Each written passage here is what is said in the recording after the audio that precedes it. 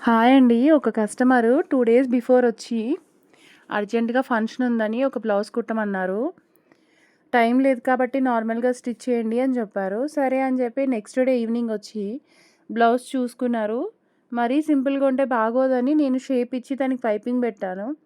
ఆమె ట్రయల్ చేసుకొని ఇది మరీ నార్మల్‌గుంది, సింపుల్ అయిపోతదేమో అని మళ్ళీ లాస్ట్ మూమెంట్‌లో తను బాధపడి నేనేమనుకోకండి ఇంకో బ్లౌజ్ తెచ్చుకుంటాను అని చెప్పేసి అంది. అప్పటికప్పుడు ఎళ్లి మళ్ళీ ఇంకో బ్లౌజ్ తెచ్చుకొని, దీనికి మంచి మోడల్ ఏదైనా చేసివ్వండి రేపొద్దునే ఫంక్షన్ ఉంది అని చెప్పింది. అదేదో ఫస్టే డెసిషన్ తీసుకుంటే అయిపోతది గదండీ!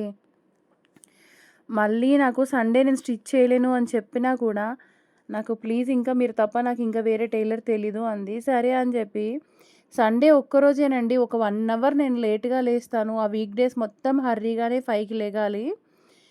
సరే అని ఇంకా సరేలే కస్టమర్స్ హ్యాపీనెస్ కోసము తనని ఎలా అయినా సరే హ్యాపీ చేద్దామని 5:00కే లేచి కష్టపడి కట్ వర్క్ పెట్టి హ్యాండ్స్‌కి కట్ వర్క్ పెట్టి కష్టపడి కుట్టిన తర్వాత వచ్చింది. వచ్చిన తర్వాత హ్యాపీగా ఫీల్ అయింది. బట్ ఏంటంటే డబ్బులు నేను ఫంక్షన్ అయిపోయిన తర్వాత వేస్తాను. మళ్ళీ వచ్చినప్పుడే ఇస్తాను అని అంటుంది. అసలు ఇంత కష్టపడి చేసిన దానికి విలువ లేకుండా ఎలా మాట్లాడతారో నాకు అర్థమే కాదండి.